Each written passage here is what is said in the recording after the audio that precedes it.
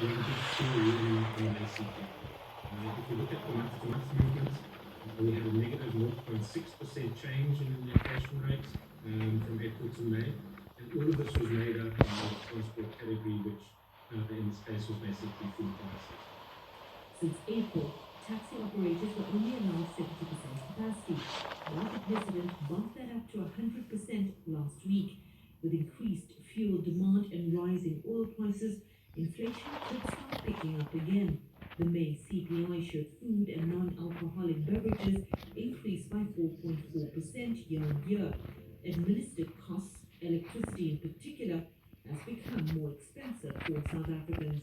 Goods and services that households typically buy is going up, but it's going up at a slower rate than what it went up previously. Even within the overall low inflation rate, there are certain products that are still kind of on the high side. We could look at some of your municipal services, such as electricity and water, municipal rates. These are in around about the 10% mark. But with inflation way below at the bottom end of the Reserve Bank's target of 3 to 6%, many believe there's room for another rate cut. This is the first time in many years that it's fallen below the 3% mark, which would indicate that from a broad economic perspective, that probably inflation is a bit lower than what the authorities would like to see. One doesn't want too little inflation in the economy because it means that people may delay purchases and that's bad for overall demand. But also don't want to see too much because then you lose value to your money too quickly. A scenario the Reserve Bank is monitoring closely. But with an economic contraction of 7% expected this year, South Africans may just get a little bit more relief with another rate cut at the end of July. Smisha Nadi, CGTN, Johannesburg, South Africa.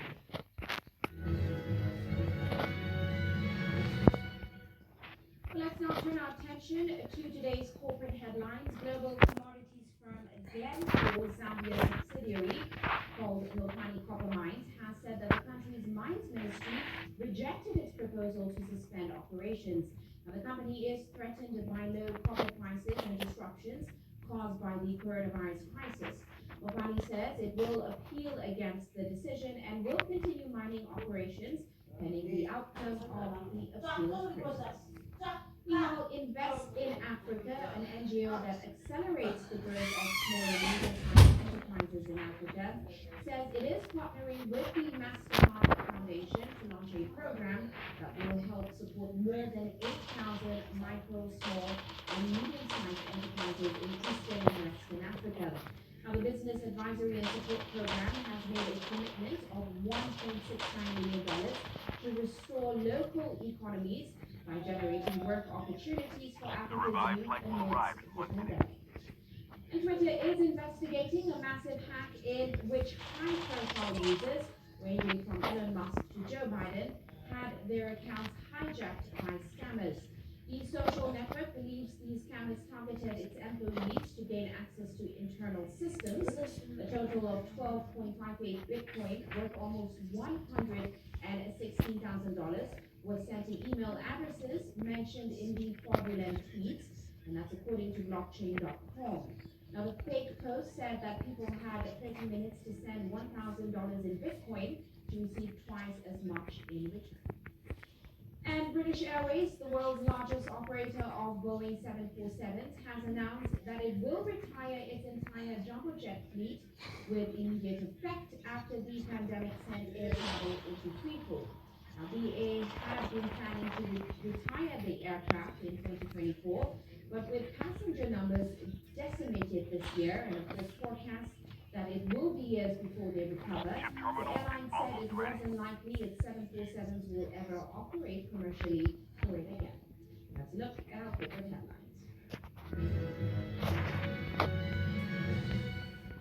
Well, let's take a short break now. Still to come after this one.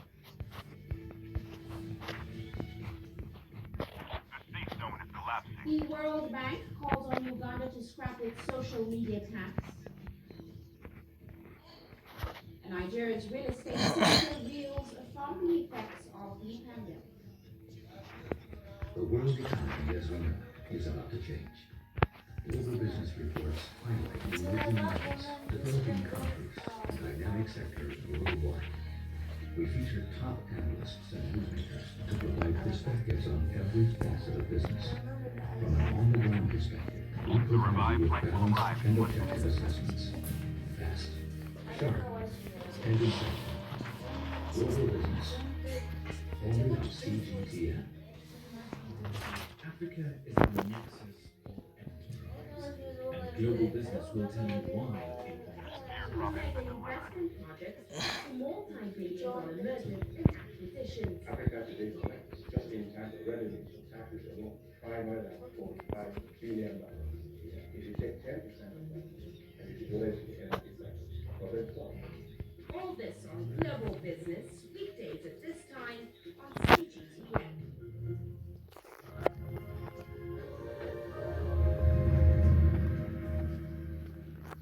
Welcome back. Well, let's head to Uganda now. The World Bank has asked the nation to scrap its social media tax, arguing that it's difficult to collect and easy to bypass.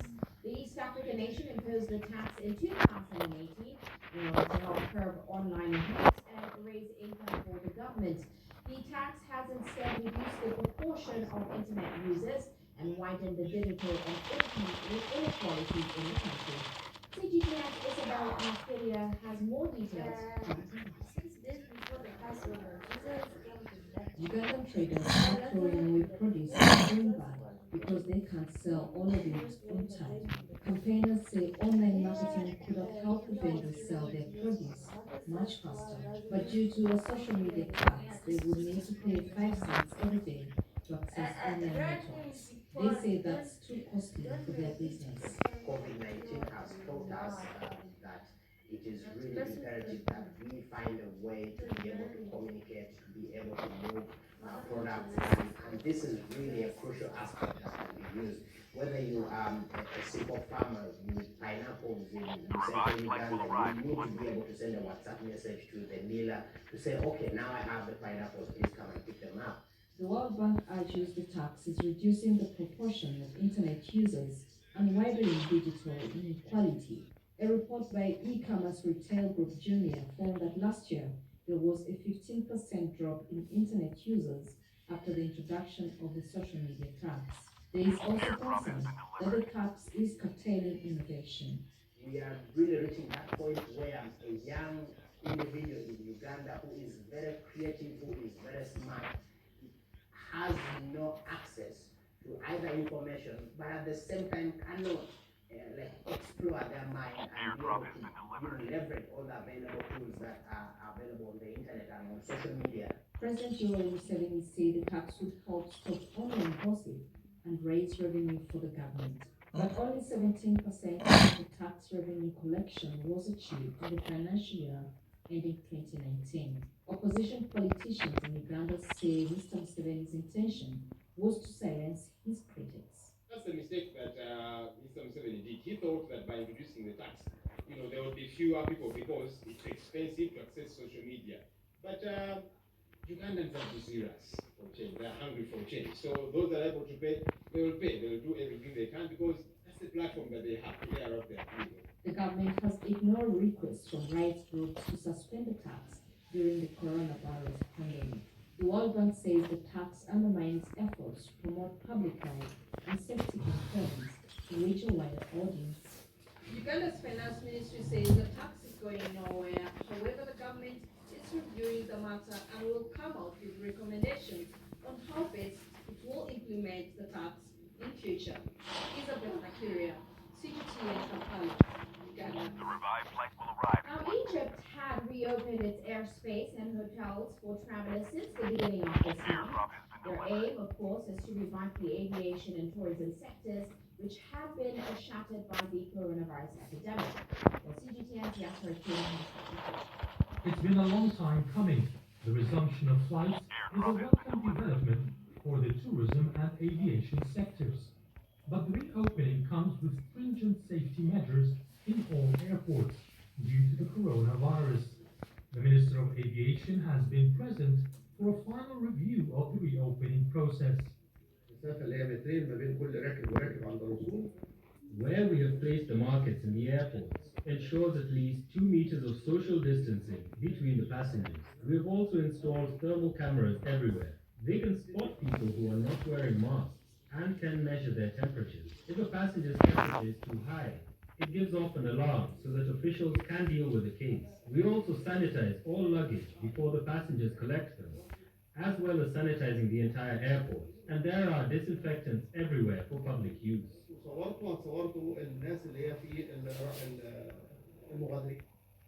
The first day has not seen much activity. However, state carrier Egypt Air's first flight after reopening has taken it to Tunis with 200 passengers on board. The highest traffic is expected at Cairo International Airport, as well as 3 other cities. The Egyptian government announcement resuming inbound tourism to 3 governorates: South Sinai, the Red Sea, and Matruh. The 3 governorates were selected because they witnessed the lowest number of coronavirus cases in Egypt and because they are all open-air cities on the beach with warm and dry weather. Meanwhile, over 300 hotels that have passed the coronavirus safety tests have been given licenses to reopen. Although they are only allowed to operate at 50% capacity, hotel executives are excited and say they're ready to receive guests. Anything better than 0% is one step ahead from the Band-Aid. When we started to hear about the COVID-19, we started immediately our proactive precautions, let's put it this way. The proactive precaution came from disinfection. We increased our teams of hygiene and the inspections. Number 2, we started to share all our info with our team in regard to distance, in regard to handshake. Any hotel that breaches the health and safety measures will be shut down and lose its license. The tourism industry, a main source of hard currency for Egypt, has lost $6 billion from mid-February to May, and the aviation sector lost about $2.5 billion in the same period. Egypt has been officially declared as a safe travel country by the World Travel and Tourism Council. Officials hope this will encourage travelers to choose Egypt as their next destination. That's Hakim for CGTN, Cairo. And to South Africa now, the country has reinstated a ban on alcohol sales. President Cyril Ramaphosa said liquor was being abused and is causing a massive burden on the health system. Now, South Africa has passed the 300,000 mark for new COVID-19 infections. New cases have been rising rapidly in recent weeks, prompting the president to now tighten lockdown regulations. In South Africa now, in the hour of the COVID-19 storm, government is concerned about the health system being burdened by alcohol-related incidents. There are a number of people who have taken to organizing parties, who have drinking sprees, and some who walk around in crowded spaces without the protection of masks. The liquor industry says it was caught off guard by the new ban and is worried of dire consequences should the ban remain in place. The sudden ban really came as a massive blow to our industry, considering the fact that we have been in constant contact with both the DTIC and the Coronavirus Command Council.